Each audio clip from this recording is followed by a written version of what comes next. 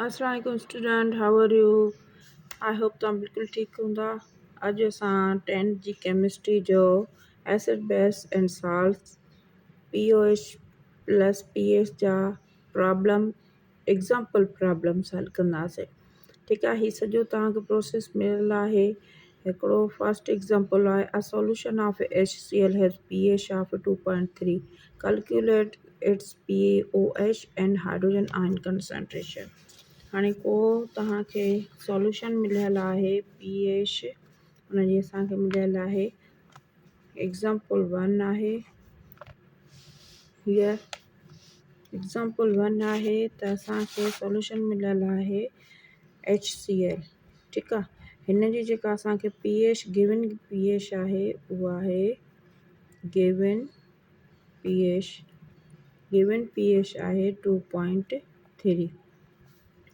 हिन जी जेकॾहिं असां डेटा ॾिसंदासीं, डेटा लिखंदव तव्हां त इहा छा असांखे करिणो आहे calculate POH and hydrogen ion concentration. ठीकु आहे, हाणे हीअ असांखे ॿई जेको आहे सो कैलकुलेट करणियूं आहिनि। हाणे असांखे ख़बर आहे त सॉल्यूशन आहे, हितां शुरू थो चए सॉल्यूशन PH प्लस POH बराबरि हूंदो आहे 14 जे। असां ही पहिरियां प्रूव करे चुका आहियूं त PH प्लस POH बराबरि छाजे हूंदो आहे, 14 जे बराबरि हूंदो आहे। ऐं POH असांखे हाणे छा आहे, POH मालूम करणी आहे। हिन मां असांखे POH मालूम करिणो आहे। POH खे तव्हां ॿाहिरि कढी अचो, छा थींदो 14 बराबरि जे हिन पासे अची विया त माइनस, ऐं PH छाजे बराबरि आहे, ही जेका गिवन PH आहे उहा बराबरि आहे 2.3 जे। ठीकु आहे, 14 मां जेकॾहिं तव्हां 2.3 सबट्रैक्ट कंदव त तव्हांखे छा मिलंदो, POH छा मिलंदो, इहो असांखे मिलंदो 11.7। हाणे हिकिड़ी असां ही करे चुका आहियूं। ठीकु आहे, POH कैलकुलेट थी वई 11.7 अची वियो। हाणे नेक्स्ट असांखे छा आहे कैलकुलेट करिणो, हाइड्रोजन आयन कंसंट्रेशन। जॾहिं त असांखे ख़बर आहे त PH इज़ इक्वल टू हूंदी आहे minus log hydrogen ion concentration. हाणे असांखे छा लिखिणो आहे हिन मां, हाइड्रोजन आयन कंसंट्रेशन। ठीकु आहे, हाणे माइनस लॉग खे तव्हां बराबरि जे हिन पासे खणी ईंदव त उहा 10 बेस एंड पावर में चेंज थी वेंदी। ऐं बाक़ी असांखे छा बचो, हाइड्रोजन आयन हिते कंसंट्रेशन, हाइड्रोजन आयन कंसंट्रेशन। हाणे छा थींदो 10 बराबरि छा थींदो, हाणे 10 छाजे बराबरि थींदो, PH जे। हाणे PH इज़ इक्वल टू हूंदी आहे हाइड्रोजन आयन कंसंट्रेशन। हाणे PH जो असांखे गिवन वैल्यू कहिड़ो आहे, 10 गिवन वैल्यू कहिड़ो आहे, उहा आहे माइनस 2.3। ठीकु आहे, हाणे माइनस 2.3 असांखे गिवन वैल्यू मिलियल आहे। छो त माइनस उहा आहे जेका माइनस PH ते आहे। PH जॾहिं असां हिन खे हुन जे बराबरि जे हिन पासे आंदोसीं त छा थी वई, हीअ लॉग वारी जेका माइनस आहे उहा हिते अची वई, ऐं 2.3 हिन माइनस में थी वेंदो, इज़ इक्वल टू आहे हाइड्रोजन आयन कंसंट्रेशन। हाइड्रोजन, हाणे हे छा थी वियो, हाणे हे तव्हांजो एंटी लॉग थी वियो। हाणे एंटी लॉग रहण जे लाइ तव्हां पंहिंजो कैलकुलेटर खणंदव, उन में तव्हां फर्स्ट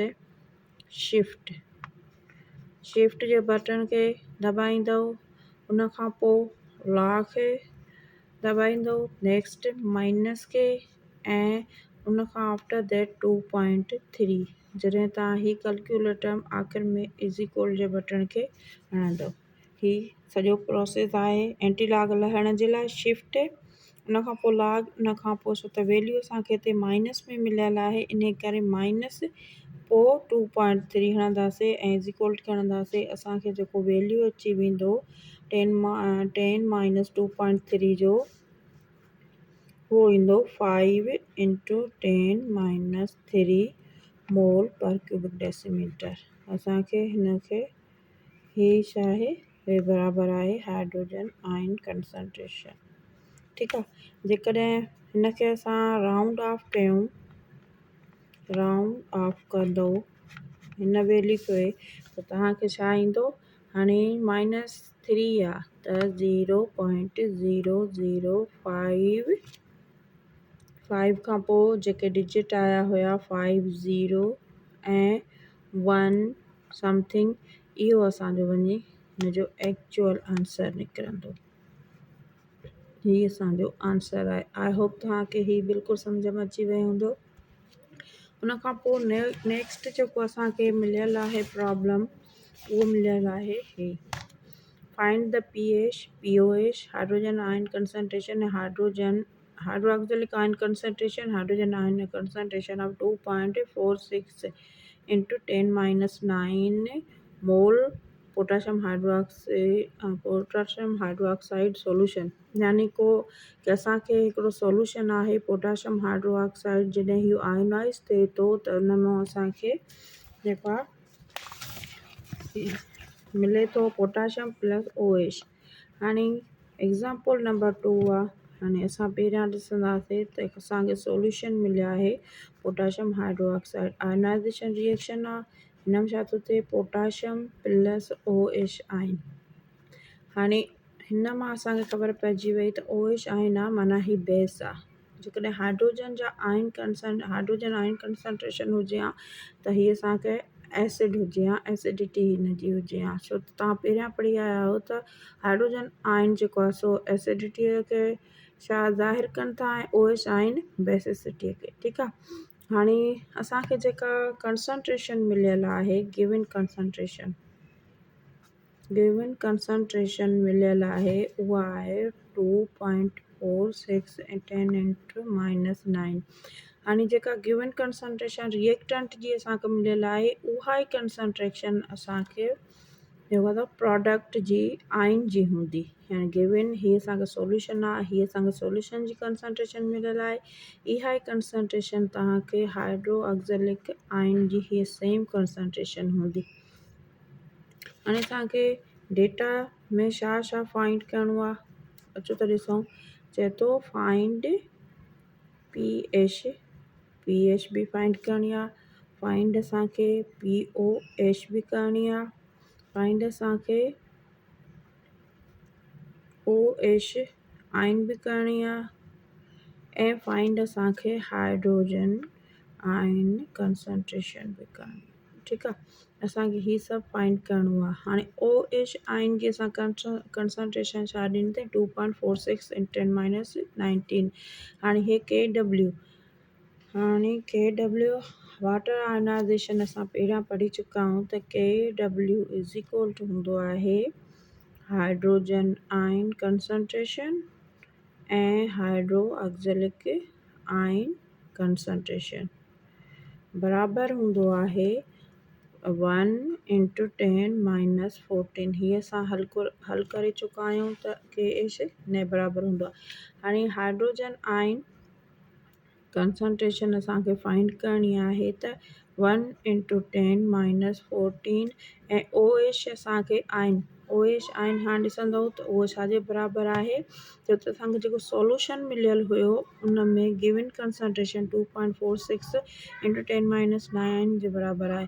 त हिते ही असांखे हिते बराबरि जे हिन पासे छा डिवाइड में अची वेंदो OH आयन, त उहो छाजे बराबरि थींदो, जेकॾहिं असां हिते लिखंदासीं 2.46 × 10⁻⁹ जे बराबरि थी वेंदो। ठीकु आहे।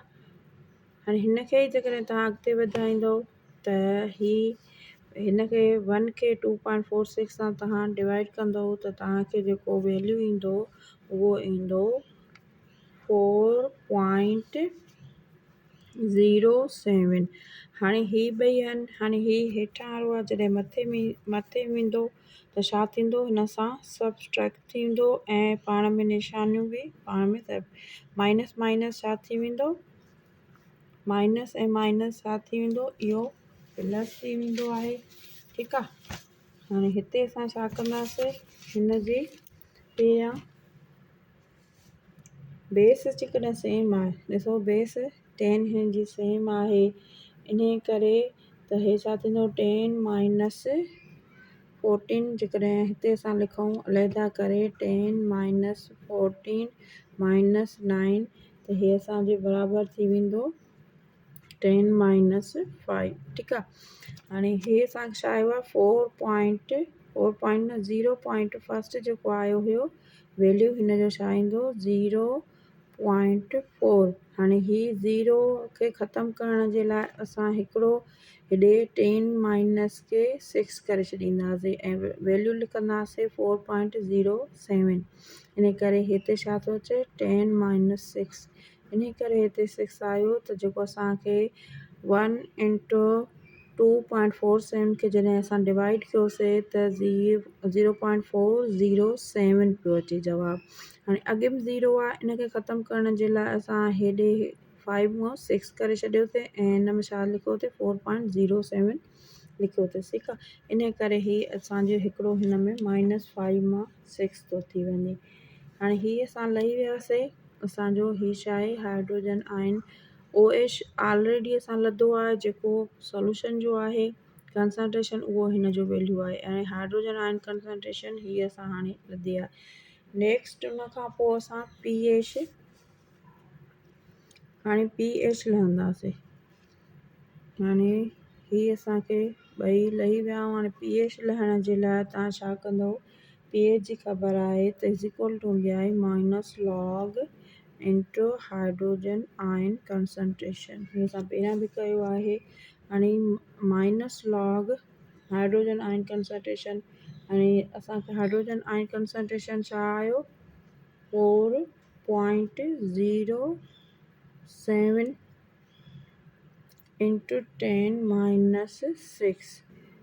ठीकु आहे। हाणे हिन खे तव्हां लॉग कंदव, माइनस लॉग 4.0 खे लॉग कंदव, जॾहिं तव्हां हिन खे सॼो सॼाए छॾींदव त तव्हांखे जेको जवाबु ईंदो उहो ईंदो 5.39। तव्हां पंहिंजे कैलकुलेटर खे हुन खे माइनस लॉग जो तव्हां हलाईंदव 4.07 इंटू 10 माइनस 6 जो त तव्हांखे 5.39 अची वेंदो। ठीकु आहे। हीअ असांजो pH हिन जे बराबरि थी वियो। असांखे 2 मिली विया आहिनि। हाणे बाक़ी लास्ट वारो आहे। लास्ट वारो असां हितां था कयूं, हितां था करे ॾिसूं। हाणे असांखे pOH लहिणो आहे। pOH लहिणो आहे त pH plus pOH is equal to हूंदो आहे 14 जे। त pOH असांखे लहिणो आहे, इन खे हिन पासे खणी आयासीं त थी वियो 14 माइनस pH ऐं pH असांजी बराबरि हुई 14 माइनस 5.39। हीअ जेका असां pH लधी आहे 39 खे जॾहिं असां पाण में कंदासीं त असांखे जेको pOH जो वैल्यू ईंदो उहो ईंदो 8.61 मोल क्यूबिक डेसीमीटर। जो pH आहे। हाणे हीअ असांजी गिवन एग्जांपल क्लियर थी। जेके असांजे एक्सरसाइज़ में सेक्शन डी में आहिनि प्रॉब्लम, उनखे इंशाल्लाह कंदासीं। तव्हां फ़िलहालु हिन ते प्रैक्टिस कयो। जेकॾहिं तव्हांखे ही सम्झ में आया आहिनि त तव्हां मुंहिंजे वीडियो खे लाइक एंड शेयर ज़रूरु कंदा। Thank U.